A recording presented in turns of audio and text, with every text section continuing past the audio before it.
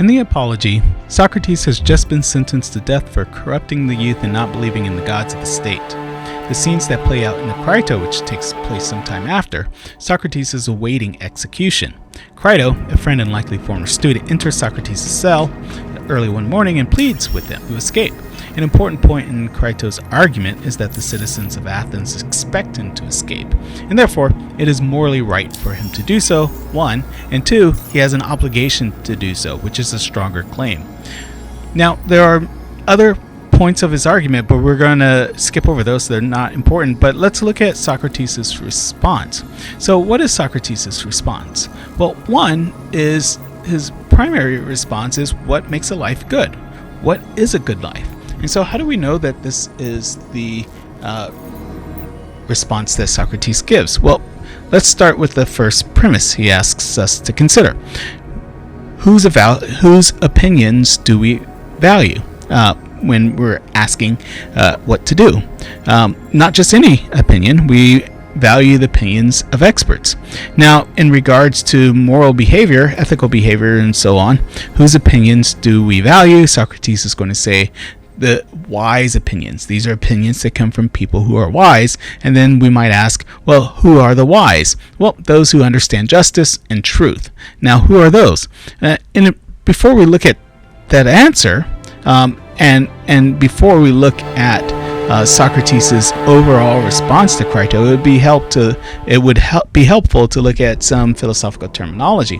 So when we think of philosophical questions, especially ones in ethics, there are two that really stand out.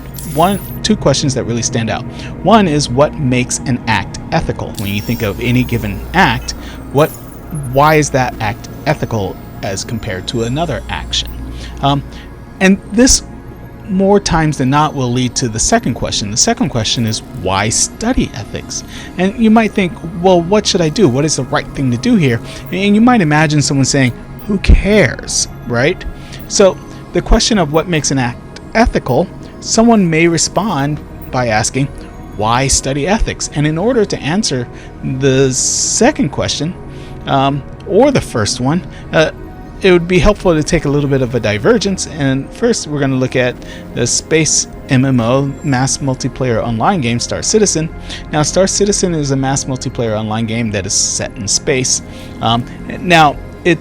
Because Star Citizen is an MMO, that means it's an environment that brings many different people together. Therefore, because it brings people together, it's a great place to explore ethical questions, right? So what are some ethical questions? Should vaccinations be required? Should same-sex marriages be legal? Should drugs such as marijuana be legalized? Is torture justified? One thing you might notice that all these questions have in common is that they all regard relationships between individuals. And so when we talk about ethical questions, we're talking about questions of relationship between individuals. How should I act in regards to my social environment? How should I act in regards to others? There are two ways to understand these questions. One, we could look at them normatively, right? And to say that a question is normative is to say that it's a question about what exactly is right, what is wrong, what is good, what is bad.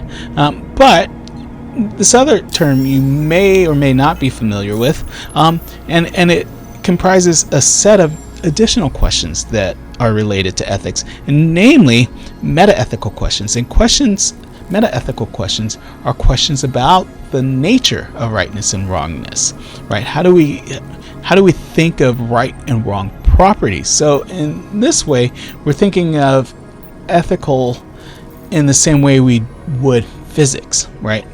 Namely, we're trying to get at the constituent components of a right property or a wrong property, a good property or a bad property. And this will help us to answer the question of what makes something right, what makes something wrong. So here's some questions that align, and here are some questions that fall under this column. So one, are there moral facts, right? some people say yes, of course. Many of us say yes, there are moral facts. There's a fact about murder being wrong. There's a fact about taking care of my obligations. There is a fact about whether I should lie or not. And so when we look at that question, another question might arise, and consider the phrase murder is bad. So the question here is whether it is true that murder is bad. Murder is bad. Is that true, false, or neither?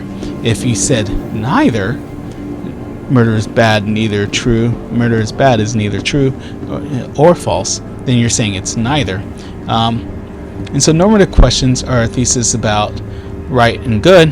Metaethical questions are a thesis about the nature of terms and concepts, such as the right. What is the right? Or the good. What is the good? What does it look like? And so, analogous to metaphysics, which is a question about ultimate reality, metaethics is a question about ultimate moral reality.